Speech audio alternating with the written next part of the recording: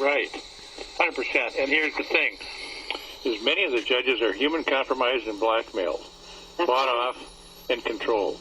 But I wanted to mention one more thing about the hiving of America, that we know that the design is to do it psychotronically with a full spectrum deployment, not just one thing, but a multimodal full spectrum deployment from every possible angle. The one missing piece of the puzzle that most people haven't put together is the fact that an essential part of this is the chemtrail spraying.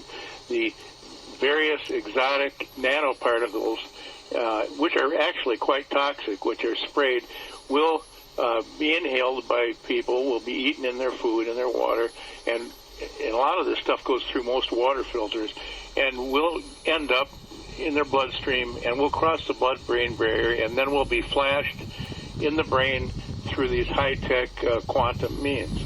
So what we have is a situation where you have an illegal renegade black operations force which is using its own private fleet of defense contractor aircraft over much of the free world, spraying these things almost every day. We no longer have blue skies anymore. We have white, cloudy skies.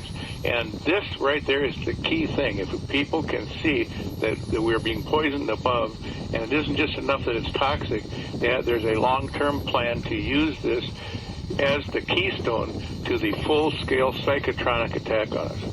Well, Preston, I was looking at a book, and it is a free download on our website.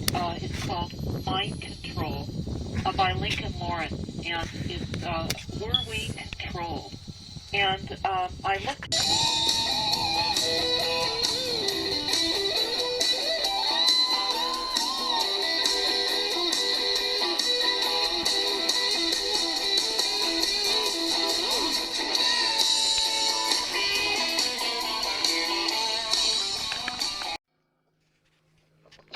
Welcome back. Our final segment with Dane Wigington. Dane, what are your projects now? What are you doing these days? First, if I could back up just on John's comment before the break, that I agree with everything he said. Thank you, John. And those are very, very good points. And we're back to reaching critical mass, which depends on us, which we have full instructions at the homepage of geoengineeringwatch.org as to what you can do, how you can most effectively and efficiently help us reach critical mass. Our projects certainly now, George, are to find every possible way to put the final break in the dam, if you will, to expose this issue. And once we do, we will have academicians, agency people pouring from the corners they're hiding in now. Once they have enough public cover to do so, we will have, I would argue, military personnel as well. Once we reach the point where there's enough critical mass for them to come out of the shadows and not be marginalized by all the completely tyrannical criminal media sources that John mentioned before the break. And I want to state this, and so it's clear with your listeners again with climate engineering. Geoengineering is not only a way to confuse and divide populations on the true severity of biosphere collapse until civilization hits the wall at full velocity, which I would argue is extremely close. Geoengineering is not only weather warfare. Geoengineering is also biological warfare due to the highly toxic fallout. And George, I would ask this. Why would we think for a moment that if the population wakes up and poses enough threat to those few at the top of the power structure, why would we think that they wouldn't make the mix already being sprayed in our skies for multiple purposes, as we've already described?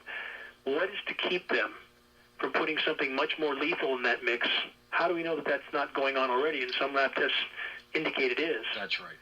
To make it more lethal, and they could literally level the playing field overnight if they chose. Worldwide, they could do this. They absolutely could. And do we hear the warnings now from people like Bill Gates and others? There's a pandemic coming. It's coming. It's coming. We keep hearing that. Now, again, those who think that governments wouldn't do this have simply not been living in the same reality. We know for a fact that governments sprayed people over St. Louis in the 50s, and Navy ships, they tested that, where they tried to spray biologicals on sailors to test it. They did it. And we know as of 1977, according to multiple sources, including the Washington Post, that as of that date, there were 239 known, admitted to open-air biological tests the U.S. military carried out on innocent U.S. populations. Do we think that they're not still doing it? Of course they are.